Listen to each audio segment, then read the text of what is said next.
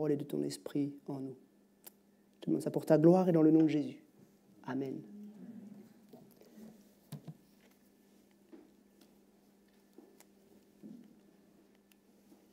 Des disciples graciés.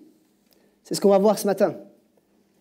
Et avant de lire le texte, j'aimerais vous raconter une anecdote, quelque chose que j'ai vécu personnellement, mais je suis sûr que vous allez pouvoir vous reconnaître d'une certaine façon, et du coup, vous allez comprendre de quoi je parle. Quand j'avais 18 ans, avec 2 amis, on a entrepris une longue marche. On a marché pendant à peu près 6 semaines, sur à peu près 600 km à travers l'Europe. Et pendant cette longue marche, à un moment donné, on a traversé les Alpes pour aller en Italie. Et puis, voilà, c'était le début de l'automne. Il faisait froid. Et pendant plusieurs jours, on a eu la pluie. On dormait, on faisait du camping sauvage, on dormait dans la forêt. Du coup, on n'en pouvait plus. Et avant d'arriver au dernier col pour passer de l'autre côté, du côté italien, il y avait de la neige là, en haut du col. Donc on s'est dit, avant d'arriver à ce dernier col, on va aller, c'est le luxe. On va se prendre une nuit dans un camping.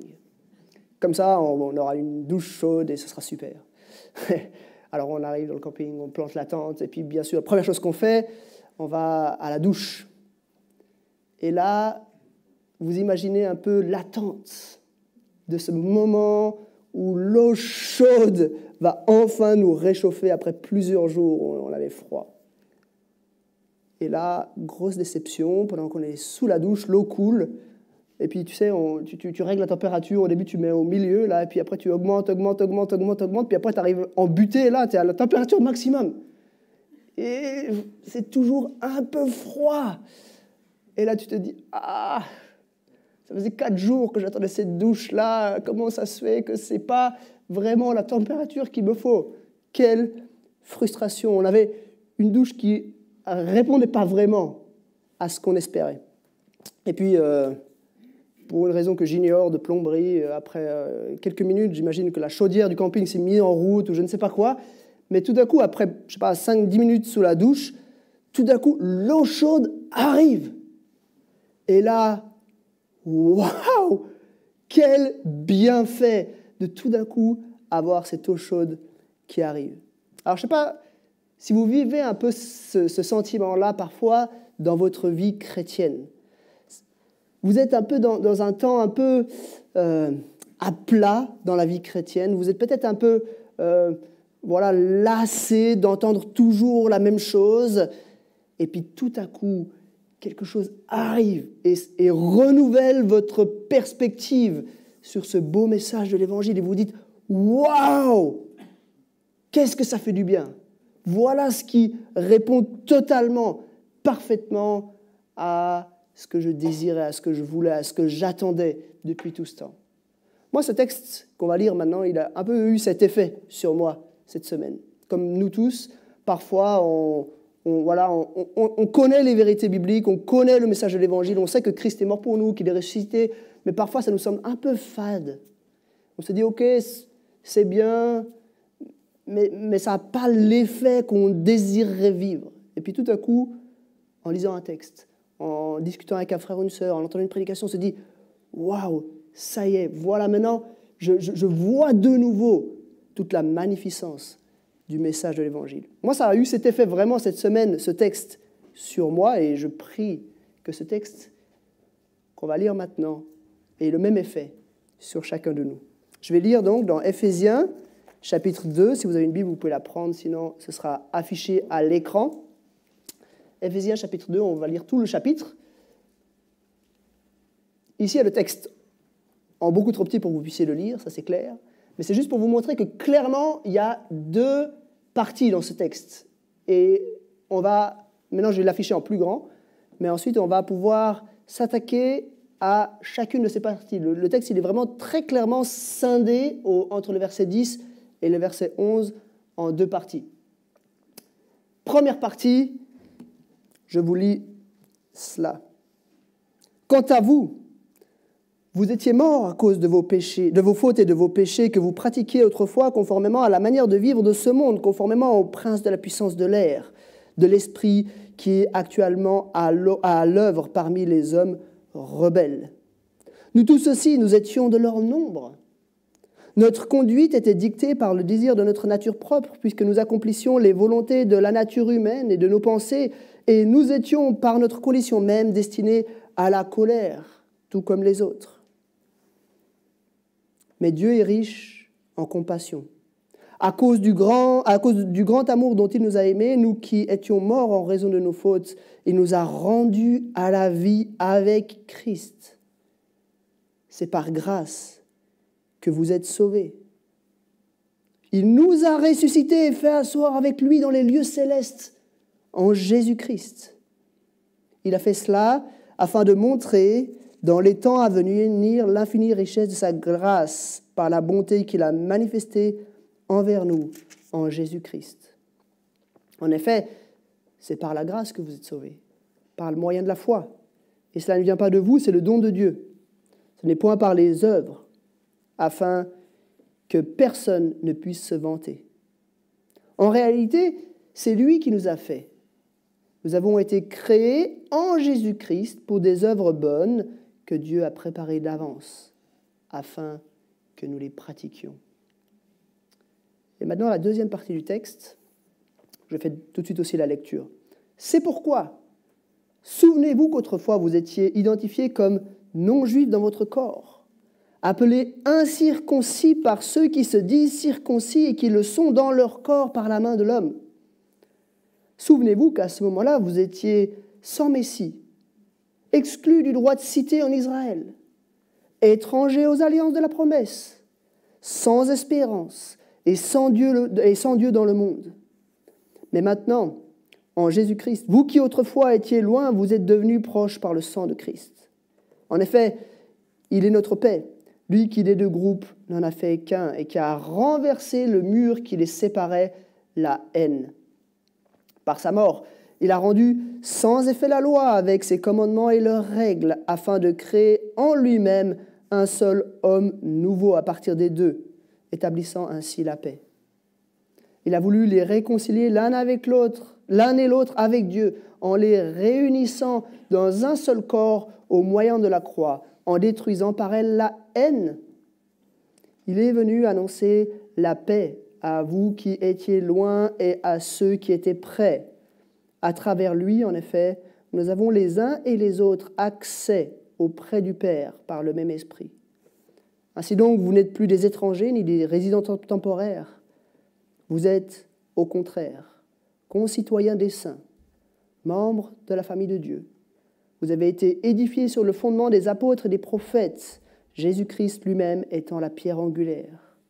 C'est en lui que tout l'édifice, bien coordonné, s'élève pour être un temple saint dans le Seigneur. C'est en lui que vous aussi, vous êtes édifiés avec eux pour former une habitation de Dieu en esprit. Jusqu'ici, la lecture de la parole de Dieu. Un texte magnifique. Et on va plonger un peu plus profondément dans ce texte pour comprendre ce que ce texte nous dit. J'ai dit, il y a deux parties. Et en fait, les deux parties, elles disent la même chose, d'une manière différente. Elles mettent l'accent un petit peu à des endroits différents. On se focalise d'abord sur la première partie, les versets 1 à 10. Paul dit ceci, en résumé. Vous êtes morts, vous étiez morts. Maintenant, vous êtes vivants. Comment est-ce possible? Parce qu'entre les deux, Dieu a fait un miracle, une résurrection. Voilà en résumé ce que Paul écrit dans ces 10 premiers versets. Mort, maintenant vivant, par le miracle de la résurrection. On revient dans le texte, et j'aimerais souligner 3 mots, enfin surligner, stabiloter là, 3 mots dans ce texte. Il y a le mot « mais » au début du verset 4, et puis il y a 2 fois le mot « car » au début du verset 8 et au début du verset 10. Et c'est vraiment ces 3 mots qui structurent notre texte. Au début, il dit « vous étiez morts », donc les versets 1 à 3, « vous étiez morts ». Vous faisiez ce qui correspond à la nature humaine. Donc non seulement vous étiez fautifs d'être morts, Mais en plus, vous n'aviez pas le choix parce que ça vous collait à la peau, c'était votre nature. Impossible de vous en défaire. Et là, il faut juste redéfinir un petit peu ce que c'est la mort. D'un point de vue médical, alors moi je ne suis pas médecin, je ne connais pas tous les détails, mais la mort, j'imagine que c'est la cessation d'activité d'un certain nombre d'organes, ou peut-être d'un seul organe, je ne sais pas si c'est le cœur ou le cerveau, qui détermine vraiment la mort clinique. Mais dans le domaine spirituel, dans la pensée biblique, la mort, c'est en fait la séparation d'avec Dieu, premièrement. Et en fait, la mort physique, c'est une conséquence de la mort réelle, de la mort véritable. Depuis Genèse chapitre 3, depuis le moment où l'humanité a décidé de tourner le dos à Dieu, nous sommes morts. Et en tant que descendants, en tant qu'humains, en tant qu'appartenant à cette humanité, nous accomplissons les désirs de la chair. Nous faisons ce qui est mal. Nous sommes rebelles contre Dieu. Et c'est là que le « mais » du verset 4 change tout. Mais Dieu est riche en compassion. À cause du grand amour dont il nous a aimés, nous qui étions morts en raison de nos fautes, il nous a rendus à la vie avec Christ. Il y a une identification. Comme Christ est mort et ressuscité, nous qui sommes ses disciples, nous qui le suivons, nous mourrons à nous-mêmes, nous mourrons au péché et nous pouvons ressusciter dans cette vie nouvelle, dans cette nouvelle alliance qui n'est plus marquée par la mort, mais qui est marquée par la vie, dans le sens biblique, c'est-à-dire dans une relation réelle avec Dieu, avec celui qui est la vie par excellence, avec celui qui est la source de la vie. Pourquoi est-ce que Dieu a fait ça? Par amour. Je ne sais pas si vous avez déjà essayé d'expliquer l'amour. On ne peut pas expliquer l'amour. On a des poètes, des chanteurs et toutes sortes d'artistes qui essayent de mettre des mots sur l'amour depuis la nuit des temps, mais force est de constater qu'on sait tous ce que c'est, mais on ne sait tous pas trop l'expliquer, n'est-ce pas? Et je crois qu'il en va de même. Dieu nous aime. Ce n'est pas logique que Dieu nous aime. Il nous aime, point. Il n'a rien à y gagner.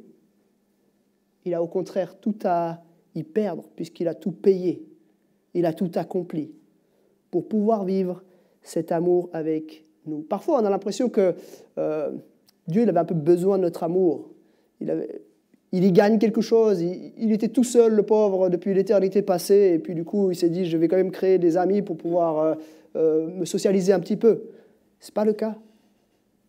Dieu n'avait pas besoin de ça, mais il nous a aimés d'une manière prodigieuse, d'une manière miraculeuse, qui dépasse tout entendement. Et puis, quelque chose d'énorme, hein, il nous a ressuscités et nous a fait asseoir avec lui dans les lieux célestes en Jésus-Christ. Ça fait écho avec ce qu'on a vu avant, hein. Jésus qui est au-dessus de toute, la dernière fois, la semaine passée, il est au-dessus de toute domination, de toute puissance, de tout nom qui peut être nommé.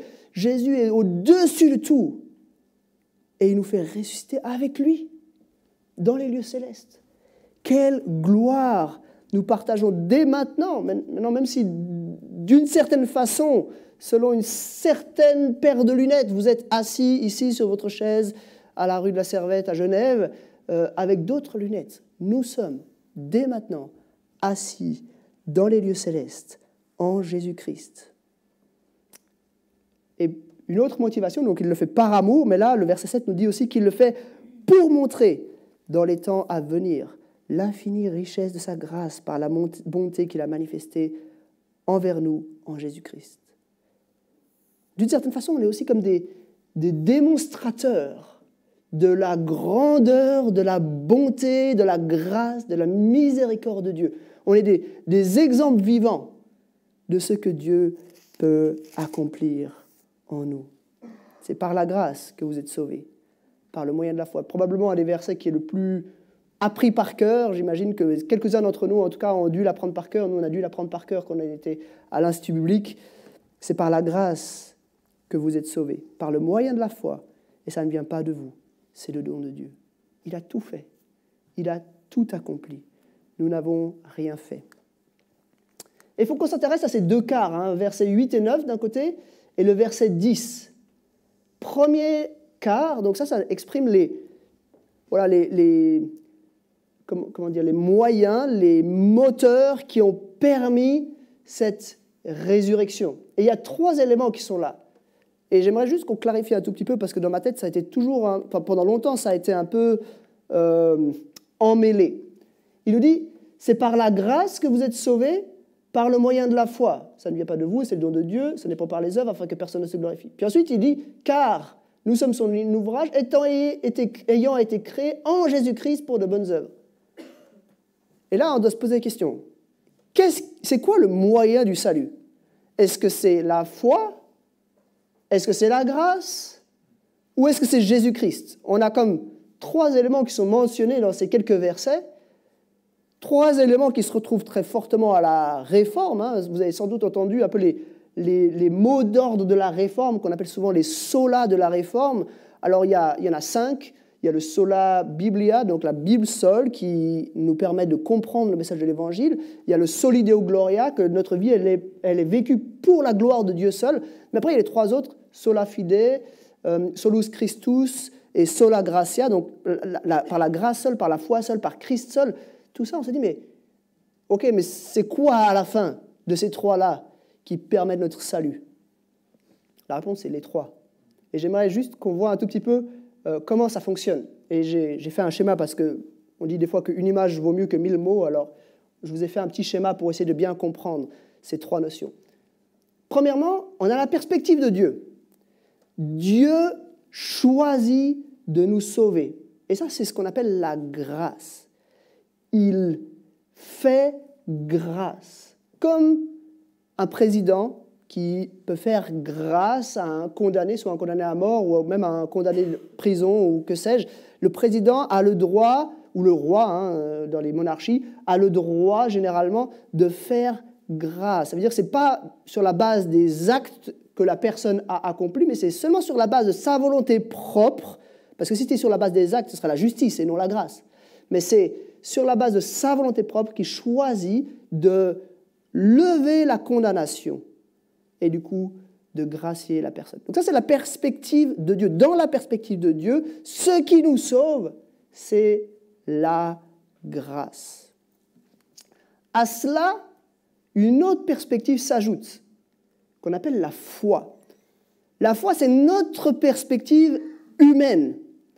Ça veut dire que nous, on regarde cette grâce et en quelque sorte, on répond par la foi. Un synonyme de la foi, c'est la confiance. C'est qu'on donne notre vie à celui qui nous a tout donné. En comprenant cette grâce, on va s'abandonner complètement pour laisser Dieu nous sauver. Et puis au milieu de tout ça, on a Jésus-Christ. Jésus-Christ qui est le moyen matériel, historique, qui nous sauve. Dieu ne pouvait pas juste faire grâce pour rien, juste comme ça, juste en étant sympa. Pourquoi ce n'était pas possible? Parce que Dieu est un Dieu juste. Et s'il avait juste pardonné le péché pour rien, il aurait renié sa justice. Il aurait juste dit le péché n'est pas grave en fait. Mais Dieu ne pouvait pas faire ça parce que le péché est grave et que Dieu est un Dieu juste, il devait punir le péché. Du coup, il a envoyé Jésus-Christ pour que la grâce et la foi soient rendues possibles, pour que Jésus paye à notre place pour nos péchés. Et puis, donc tout cela, le package, c'est ce qui fait le salut. Donc c'est les 3. Le salut est accordé à la fois totalement par la grâce seule, à la fois totalement par la foi seule, et à la fois totalement par Jésus-Christ seul. Mais il faut... c'est comme 3 facettes d'une même pièce, en fait, si on veut, qui rendent possible notre salut. Et puis, ce texte termine, cette partie du texte termine en disant, en réalité, c'est lui qui nous a fait. Nous avons été créés en Jésus-Christ pour des œuvres bonnes que Dieu a préparées d'avance afin que nous les pratiquions. De ce salut merveilleux, où tout est accompli d'avance, découlent des œuvres que Dieu a préparées d'avance. Et ça, c'est un renversement total. On n'a pas dû faire des choses pour recevoir ce salut. Mais par contre, ce salut fait qu'on va faire des choses. Le fait que Dieu ait tout fait, ait tout donné, est le catalyseur, le motivateur qui va faire fructifier des œuvres en nous. Donc là, ça c'est un premier schéma, il y en aura un autre un peu plus loin, mais qui explique un petit peu le fonctionnement de ce salut. Et parfois, surtout avec la réforme, on a eu tendance à mettre les œuvres de côté parce qu'on n'aimait pas trop les œuvres. On disait non, les œuvres n'ont rien à voir dans le salut. Et c'est vrai, les œuvres ne conditionnent pas le salut. Mais par contre, le salut conditionne des œuvres. Il engendre nécessairement des œuvres, de bonnes œuvres, que Dieu a préparées d'avance pour que nous les pratiquions. Et d'ailleurs, ce n'est pas des œuvres sur la base desquelles on pourrait se vanter, parce que c'est des œuvres qui descendent de ce que Dieu a fait dans notre vie. Donc c'est des œuvres qui glorifient Dieu et pas nous. On s'arrête là pour la première partie. On attaque la deuxième partie, et comme j'ai dit tout à l'heure, dans cette première partie, Paul écrit, il décrit la grâce, il décrit le salut par cette notion de mort, vie, résurrection. Et dans la deuxième partie, à partir du verset 11 et jusqu'au verset 22, il utilise un autre vocabulaire qui nous parle, je pense, tout autant. C'est celui-ci. Il dit, vous étiez étrangers, et maintenant vous êtes citoyens. Et là aussi, il y a un miracle que Dieu a produit pour pour rendre cela possible, c'est qu'il vous a rapprochés. Il y a eu un rapprochement qui a été effectué. C'est pourquoi, souvenez-vous qu'autrefois vous étiez identifiés comme non-juifs dans votre corps, appelés incirconcis par ceux qui se disent circoncis et qui le sont dans leur corps par la main de l'homme. Souvenez-vous qu'à ce moment-là, vous étiez sans Messie, exclus du droit de cité en Israël, étrangers aux alliances de la promesse, sans espérance et sans Dieu dans le monde.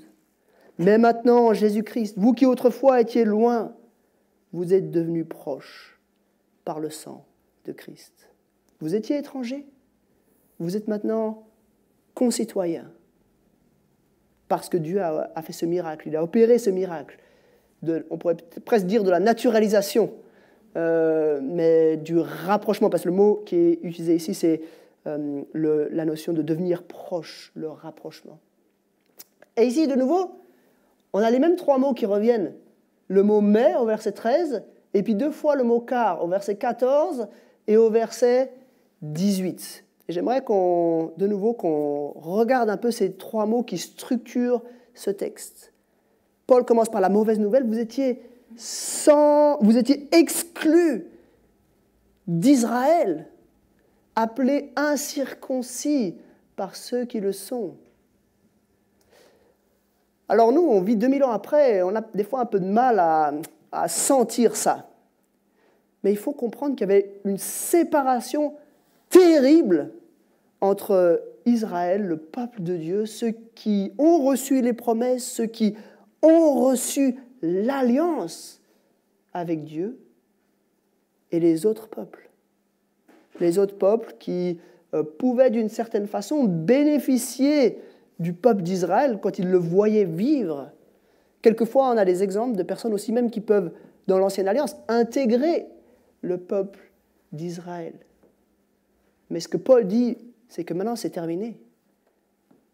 Vous qui appartenez aux nations, vous pouvez devenir co-citoyens des saints, des gens de la maison de Dieu. Vous pouvez devenir des membres même de la famille de Dieu. Vous étiez étrangers, vous êtes rapprochés et vous êtes devenus citoyens, co-citoyens des saints.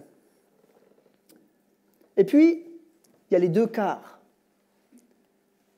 Dieu fait deux choses pour permettre ce miracle.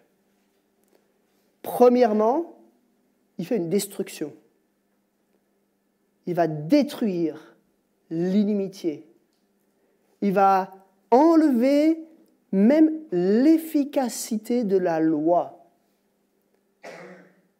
Il va détruire la haine entre les nations et Israël.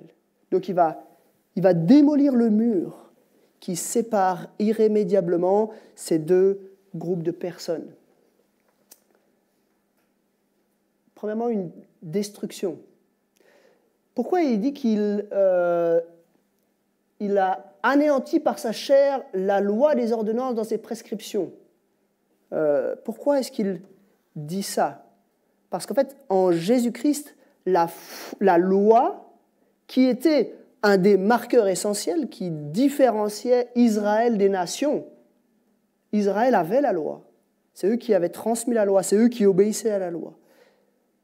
Cette loi est devenue sans puissance parce que Christ est venu payer pour les pécheurs. Christ est venu, lui qui a obéi parfaitement à la loi, payer à notre place pour nous sauver. Donc premièrement, une destruction du mur, puis deuxièmement, une édification. Il nous a édifiés les uns et les autres pour former l'habitation de Dieu, la famille de Dieu, le peuple de Dieu réconcilié. De nouveau, j'ai un petit schéma pour nous aider à comprendre. On a un peu toujours du mal à saisir, mais ok, c'est quoi la place d'Israël? Est-ce que les promesses de l'Ancien Testament, est-ce qu'elles concernent Israël? Est-ce qu'elles concernent l'Église? Ça fait 2000 ans que les théologiens se posent la question. Et on ne va pas tout régler maintenant parce que c'est un débat sans fin où il faudrait regarder chaque promesse, chaque commandement de l'Ancienne Alliance, de l'Ancien Testament pour essayer de comprendre en quoi ça s'applique aujourd'hui. Mais j'ai seulement essayé de schématiser ce texte-là pour qu'on ait bien ce principe en tête. On a deux groupes de personnes. D'un côté, Israël et de l'autre côté, les nations. Et ce texte nous dit ceci, il y a un mur de séparation, infranchissable, entre les deux. On ne peut pas être sauvé, on ne peut pas s'approcher de Dieu autrement que par l'appartenance au peuple d'Israël, par la participation au culte, par la proximité avec le lieu très saint au travers du souverain sacrificateur et de tout le système des sacrifices, etc., etc. Ça, c'est le constat. C'était comme ça. Et ce que ce texte dit, c'est que Dieu a d'abord détruit. Voilà, il a d'abord détruit. Et puis ensuite, de ces deux groupes, il a pris de ces deux groupes pour susciter un nouveau peuple, auquel il donne plusieurs noms dans ce texte. Un seul corps, ils sont appelés comme ça dans Éphésiens 2, enfin nous sommes appelés comme ça, gens de la maison de Dieu, temple saint, habitation de Dieu. Donc parfois on a reproché aux chrétiens, en particulier aux réformateurs, de remplacer Israël par l'Église. Mais ce n'est pas le cas. En fait, ce que ce texte nous dit, c'est que des deux groupes, Dieu a sauvé tous ceux qui étaient régénérés, créés à nouveau par Christ. Des deux groupes, Dieu en a pris pour créer ce nouveau peuple, ce peuple qui lui appartient, ce peuple spirituel composé de toutes les nations et d'Israël, réunis dans un seul corps, réunis pour être cette maison de Dieu, cette habitation de Dieu en esprit. Avec ça, on arrive au bout de notre chapitre. Je pense qu'on a bien compris, on est des disciples graciés. Jésus a tout accompli. Ça revient sans cesse dans ce texte. C'est en Christ, en Jésus-Christ, avec Christ, par le sang de Christ. Tout au long de ce texte, on revient sur le fait que nous sommes des disciples graciés, des disciples graciés, des disciples graciés. Et il faut qu'on se pose encore la question, mais qu'est-ce qu'on en fait? C'est merveilleux, on était morts, par la résurrection, on est revenu à la vie en Christ, on était étrangers, et par le sang de Christ, on a été rapprochés pour devenir concitoyens des saints, des gens de la maison de Dieu, membres de la famille de Dieu. Mais en quoi ça doit nous transformer aujourd'hui? Et je crois de deux manières. Premièrement, par la négative et deuxièmement, par la positive. Par la négative, donc qu'est-ce qu'il ne faut pas faire? Et puis ensuite, par la positive, qu'est-ce qu'il faut faire? Quand on réalise ça, que nous sommes des disciples graciés, par la négative, je crois qu'on doit traquer les restes de volonté, de mérite dans nos cœurs. On a tous envie de mériter quelque chose, n'est-ce pas? On se dit, moi je suis quand même pas si mal. Lui, elle est quand même pire. On se dit, j'ai quand même donné généreusement pendant des années à des associations chrétiennes, à des églises. Allez, je mérite quand même quelque chose. On se dit peut-être, voilà, moi je suis un bon chrétien, je participe à la vie de l'église locale. Seigneur, tu me gardes une place, hein? Parfois on peut se dire, j'étais baptisé, et je me suis quand même mouillé pour toi, hein? Parfois on peut se dire, moi je me suis investi dans l'évangélisation.